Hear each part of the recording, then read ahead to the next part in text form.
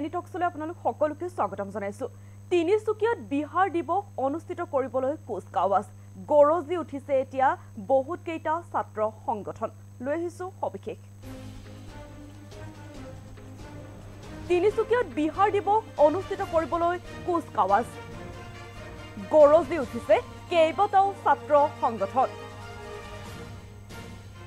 সদৌ অসম ছাত্ৰ সন্থা, মৰাণ ছাত্ৰ সন্থা, মটক যুৱ ছাত্ৰ সন্মিলনৰ সকিয়নি, সদৌ অসম ছাত্ৰ সন্থাৰ সাধাৰণ সম্পাদক সমীৰণ ফুকনৰ এই সকিয়নি, এগৰাকী পাখি কটা মন্ত্ৰী আৰু এগৰাকী টিকট প্ৰত্যাশীৰ নেতৃত্বত এই কাৰ্যসূচী ৰূপায়ণ কৰিবলৈ লোৱা বুলি সামাজিক মাধ্যমত মন্তব্য আছুৰ সাধাৰণ সম্পাদকৰ।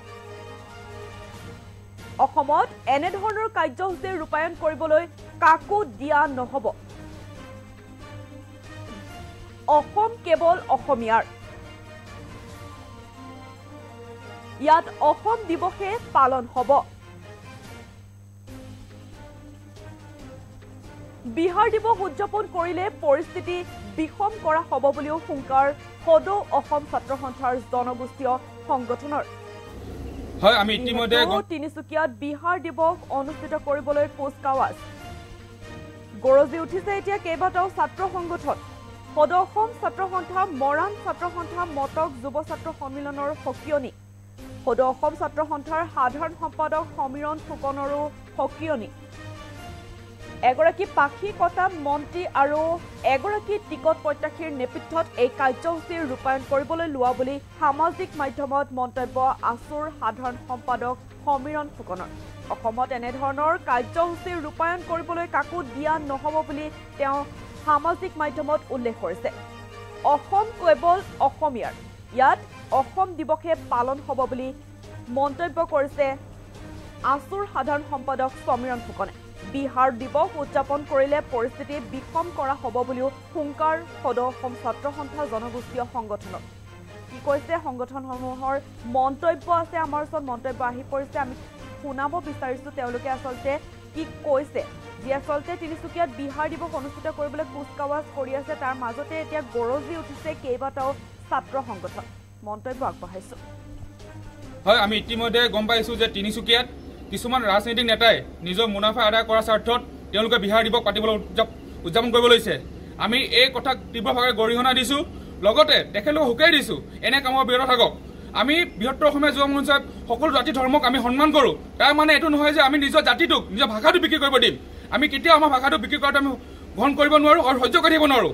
আৰু যিসকলে বিহাৰ দিৱস নিচিনা অনুষ্ঠান পাতিব লৈছে তেওঁলোকক অতি শীঘ্ৰে ইয়াৰ প্ৰতিহাৰ কৰিবলৈ আমি সুকীয়াই দিছোঁ। অন্যথা বৃহত্তৰ অসমীয়া যুৱ মঞ্চ তিনিচুকীয়া জিলা সমিতিয়ে আমি তাৰ প্ৰত্যুত্তৰ দিবলৈ বাধ্য হ'ম। ধন্যবাদ। জয় অসম। নমস্কাৰ সমূহ অসমবাসী ৰাইজ। আমি বৰ্তমান শুনিবলৈ পাইছোঁ যে সংবাদ মাধ্যমৰ যোগেদি তিনিচুকীয়াত দুজনমান লোকে বিহাৰী দিৱস পাতিবলৈ লোৱাটো অতিকৈ দুৰ্ভাগ্যজনক কথা। বেংমৰাৰ মটক ৰাজ্যত এনে কাৰ্যক আমি সদৌ অসম মটক ছাত্ৰ সন্থা তিনিচুকীয়া জিলা সমিতিৰ ফালৰ পৰা আমি গৰিহণা জনাইছোঁ আৰু এনে কাৰ্য নকৰিবলৈ আমি তেওঁলোকক অনুৰোধ কৰিছোঁ। তেওঁলোকৰ ৰাজ্যত তেওঁলোকে যি কৰে কৰক, কাৰণ আমাৰ তিনিচুকীয়া, বিশেষকৈ তিনিচুকীয়া জিলাখন বেংমৰা মটক ৰাজ্যত, ইয়াত আমি মটক জনগোষ্ঠীৰ লগতে মৰাণ জনগোষ্ঠী অসমৰ সকলো ভূমিপুত্ৰ সহবাস কৰি আছোঁ। কিন্তু এনেধৰণৰ কিছু সংস্কৃতিয়ে আমাৰ আহিব লগা এতিয়া বিহু পৰিৱেশৰ মাজত সাম্প্ৰতিক পৰিৱেশ বিনষ্ট কৰিব। গতিকে এনে উৎসৱসমূহ নাপাতিবলৈ আমি তেওঁলোকক সকিয়নি প্ৰদান কৰিছোঁ আৰু লগতে আমি জনাব বিচাৰিছোঁ যে বিগত সময়ত এনেধৰণৰ কিছু উচ্ছৃংখলতাৰ বাবে আমি কেইবাটাও দল সংগঠনে ইয়াৰ বিৰুদ্ধে আমি মাত মাতিছিলোঁ। কিন্তু দেখা গৈছিলে যে প্ৰশাসনৰ তৰফৰ পৰা বিভিন্ন ধৰণৰ পাকচক্ৰ লগাই আমাক আইনৰ মেৰপাছত ভৰাই লৈ আমাক আটক কৰিছিলে। এতিয়াও মনত আছে কথাবিলাক। কিন্তু অতি দুৰ্ভাগ্যজনক কথা, তাৰে এখন আইনী মেৰপাছত ময়ো আছিলোঁ আৰু সেই আইনী মেৰপাছত মই সাক্ষী হিচাপে কওঁ এটা কথা, সেই আইনী মেৰপাছত সোমোৱাৰ কাৰণটোৱে হৈছিলে যে এনেধৰণৰ আমি অপসংস্কৃতিৰ বিৰোধিতা কৰিছিলোঁ। কিন্তু সেই আমাৰ তিনিচুকীয়া জিলা ন্যায়ালয়ে আমাক ন্যায় প্ৰদান কৰিছিলে। কিন্তু বৰ্তমানো দেখা গৈছে যে এনেকুৱা এটা পৰিস্থিতি তিনিচুকীয়াখনত সৃষ্টি হৈছে যে আমি অসমীয়া ভাষা কাৰণে হোক কিছু ইস্যুৰ কাৰণে অসমীয়া জাতি কিবা অপসংস্কৃতিৰ বিৰুদ্ধে মাত মাতিলে প্ৰশাসনৰ ফালৰ পৰা দেখা যায় যে আমাক যিকোনো গোচৰ দি আটক কৰা হয়। এইটো